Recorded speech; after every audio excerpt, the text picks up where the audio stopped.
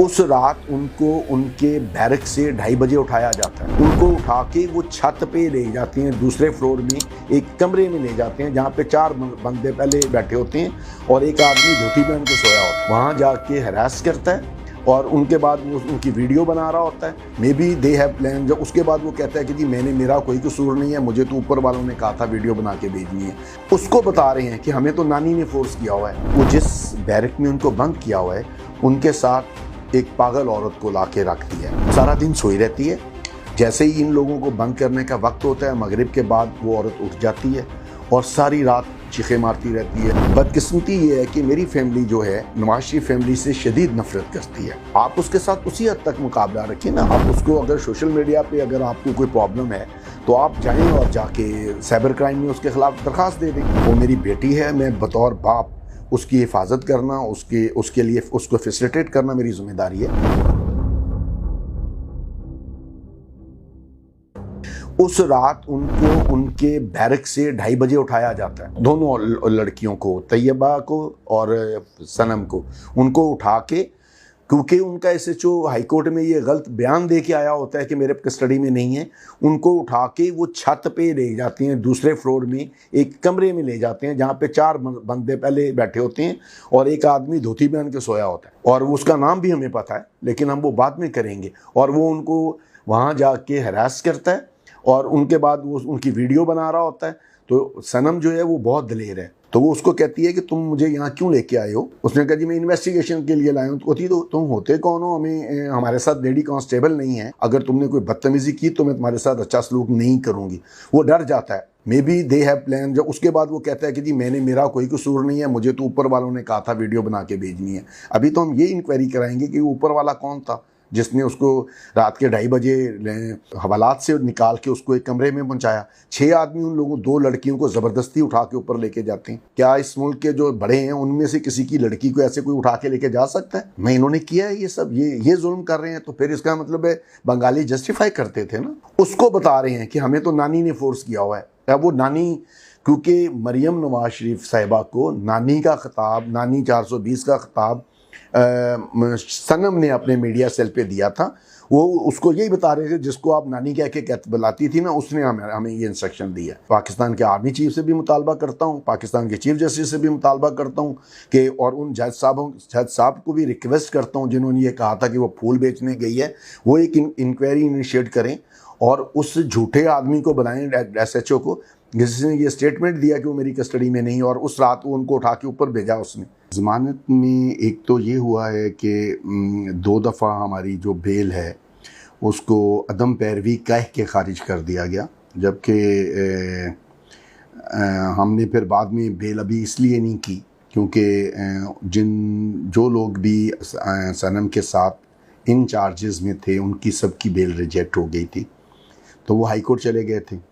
We are waiting कि high court क्या decision करती है। कहती रहती है कि आप क्यों टेंशन में हैं, जो इन्होंने करना है आपको कुछ ज़्यादा एक्स्ट्रा भागदौड़ करने की ज़रूरत नहीं है, इन्होंने करना अपनी मर्ज़ी से और मैंने इनकी मर्ज़ी माननी नहीं है, तो मैं अपनी पॉइंट ऑफ व्यू को चेंज नहीं करूँगी। आपको कोई ज़रूरत नहीं है किसी से भी कहने की या कुछ करने की। जब मेरिट पे मेरी बेल बनती होगी हो जाएगी, वरना आप रहने देने, रखें मुझे रखें। मेरे पे क्या दबाव डालेंगे? मैं उनसे कहता हूँ मेरा ताल्लुक नहीं है उसकी पॉलिटिकल पार्टी से, मेरा इमरान खान साहब से कोई लेना देना नहीं है। वो मेरी बेटी है, मैं बतौर बाप उसकी हिफाजत करना, उसके लिए उसको फैसिलिटेट करना मेरी जिम्मेदारी है। लेकिन उसने अपनी माँ को बताया कि कुछ 2 लोग आए थे, वो मेरे से बातचीत करना कह रहे थे, मैंने उनसे कहा कि मैं आपसे कोई बात नहीं करना चाहती।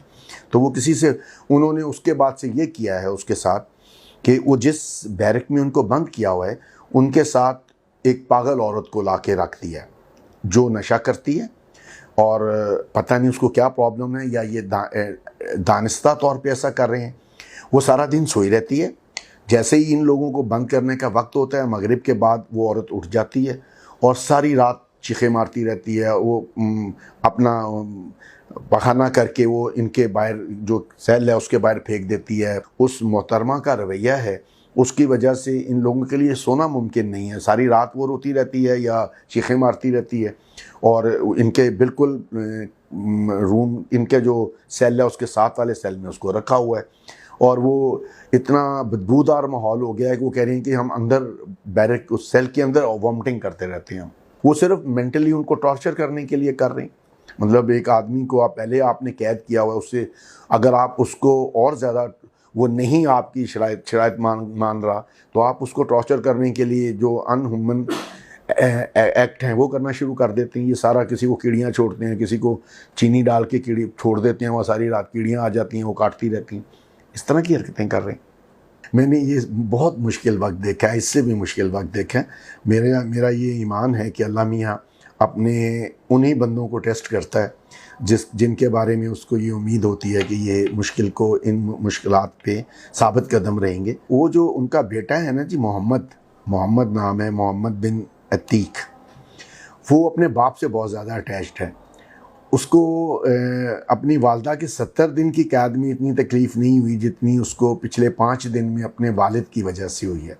और वो जो मोहम्मद है ना जी, वो कह रहा था कि इन्होंने मेरे वालिद को भी पकड़ लिया है। मैं कहा हाँ, तुम्हारे पापा को भी पकड़ लिया है, मैं इनको छोड़ूंगा नहीं। मैं कहा नहीं यार तूने क्या छोड़ना है या नहीं छोड़ना।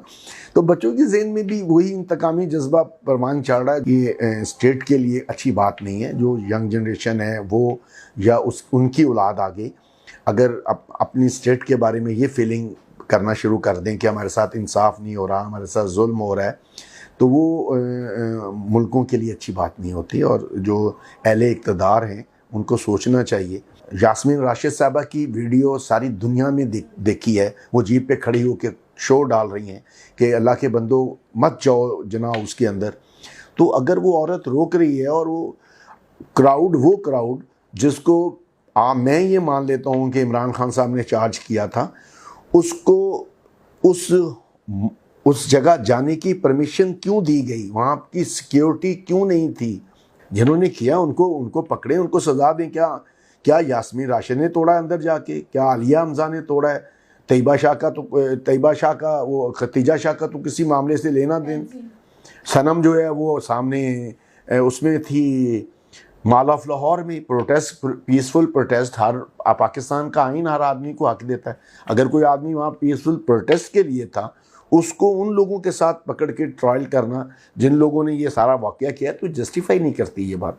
आप मुझे ये कह रही थी ना कि सनम परेशान है, तो उसने मुझे मुलाकात के वक्त एक चिट दी है। उस पर लिखा है, मुझे पता चल गया है कि मून 7 वाली जेल में है। अच्छा हुआ पकड़ा गया, मैं अकेली जेल में क्यों रहूं। इसको भी बड़ा शौक़ था इमरान खान की हमायत का। हा। ये मेरे लिए बड़ी अलार्मिंग बात है कि मून जो है वो पिछले 75 दिन तक वो सारी एक्टिविटीज़ जो हम कोर्ट में कर रहे थे, जिसमें ATC में शामिल था, जिसमें हाई कोर्ट में 2 दफ़ा रिट मून ने की है। और वो नॉर्मली जब भी सनम आती थी ATC में, वो मिलने जाता था, लेकिन वो उसको उस वक्त तक नहीं उन्होंने पकड़ा जब तक उनका ये ख्याल था कि वो डायरेक्ट सनम को उसके प्रोग्राम जो भी उसका पॉइंट ऑफ व्यू है उससे उसको हटा लेंगे। उस वक्त तक उसको डायरेक्ट वो करते रहे। फाइनली उस स्टेज पे आके पकड़ा है जब उन्होंने ये फील किया है कि सनम को वो उसके ज़ाती किसी भी प्रेशर के ऊपर उससे हटा नहीं सकते हैं। तो उन्होंने बहुत सारी बदमाशियाँ ऐसी की हैं जो अभी सनम बाहर आएगी तो हम शेयर करेंगे। इमरान खान साहब ने एक गलत डिसीजन लिया है और वो हमेशा अपना डिसीजन जो है गलत टाइम पे गलत बात कह के दूसरों के लिए प्रॉब्लम बनाते हैं, अपने लिए भी प्रॉब्लम बनाते हैं। जब यू वाज अंडर अरेस्ट तो उस वक्त उसको आपको एज ए कैंडिडेट मरियम के मुकाबले में कैंडिडेट अनाउंस नहीं करना चाहिए था। अब जो हम प्रॉब्लम्स फेस कर रहे हैं वो ड्यू टू दिस कर रहे हैं कि जो आने वाला इलेक्शन है शायद सनम जो है उसमें मरियम के ओपोनेंट होगी और वो एक सर्वे रिपोर्ट जारी करवा देते हैं। पता नहीं वो कौन लोग सर्वे करते हैं, उसमें सनम की पोजीशन बहुत स्ट्रॉन्ग है। उस वजह से जो नून लीग वाले हैं दे फेस प्रॉब्लम्स। बकौल कुछ यूट्यूबर्स गए थे, उनके मुताबिक वो उनका कहना ये था कि सनम को वहाँ कुछ नून लीग के जो मिनिस्टर्स हैं या उनके कोई ओहदेदारान हैं उन्होंने अप्रोच किया था कि जी आप PTI को छोड़ेंगी तो तब आपकी ज़मानत होगी, वरना आप इलेक्शन जब तक अंदर रहेंगी। तो फिर उसका कहना यह था कि मैंने ये कहा कि अगर मेरी पार्टी मुझे टिकट दे देगी तो मैं इलेक्शन लड़ूंगी, खा मुझे अंदर से इलेक्शन लड़ना पड़ेगी। बदकिस्मती ये है कि मेरी फैमिली जो है वो नवाज शरीफ फैमिली से शदीद नफ़रत करती है, और उसके रीज़न है, हमारे पास स्ट्रॉन्ग रीज़न है। हमने 1992 में नवाज शरीफ की जो है और उसकी फैमिली की तरफ से, शहबाज शरीफ, नवाज शरीफ की तरफ से शदीद किस्म की ब्लैकमेलिंग को फेस किया। मेरा छोटा भाई जो है फैसल खान, वो बीबी के सिक्योरिटी गार्ड्स में शामिल था, तो उससे वो उस वक्त कुछ ऐसी स्टेटमेंट की वेरिफिकेशन चाहते थे जो प्रोपेगेंडे के तौर पे नून लीग ने बीबी के ख़िलाफ़ जारी करवाई थी, और वो चाहते थे उसको सर्टिफाई करे मेरा भाई कि जी जो छापा गया ये सही है, और उसकी हमने कॉस्ट पे की है। मेरे एक भाई का मर्डर हुआ, उसमें मेरे एक भाई का को 70 साल कैद हुई, उसी को जो बीबी का सिक्योरिटी गार्ड था, और दूसरा भाई जो है उसको सज़ाए मौत हुई। फिर वो हम जब बीबी 93 में दोबारा इक़्तिदार में आई तो मुकदमा रीट्रायल हुआ। फिर हमने उस पार्टी के साथ जो नवाज शरीफ साहब के टूल के तौर पे इस्तेमाल हो रही थी, हमने एक एग्रीमेंट किया। उन्होंने कहा जी हमें नवाज शरीफ साहब ने इस्तेमाल किया, इस मुल्क में तो पॉलिटिशियन ऐसे ही एक दूसरे को इस्तेमाल करते हैं। बड़ी मुश्किल से वो लड़ाई ख़त्म हुई थी। बच्चों ने जब सारी ज़िंदगी यही सुना था कि जी हमें फ़लाँ नुकसान भी नवाज शरीफ की वजह से पहुँचा है, मेरे दादा को भी, चचा को भी उन्होंने कत्ल करवाया, मेरे बाप को भी उन्होंने उठवाया, मेरी माँ को भी उठवाया, तो उनके माइंडसेट में ये बात बैठी हुई है, they are not ready to accept this. तो उसकी सोशल मीडिया की हद तक वो उसको पसंद नहीं करती थी, और आप उसके साथ उसी हद तक मुकाबला रखें ना। आप उसको, अगर सोशल मीडिया पे अगर आपको कोई प्रॉब्लम है तो आप जाएं और जाके साइबर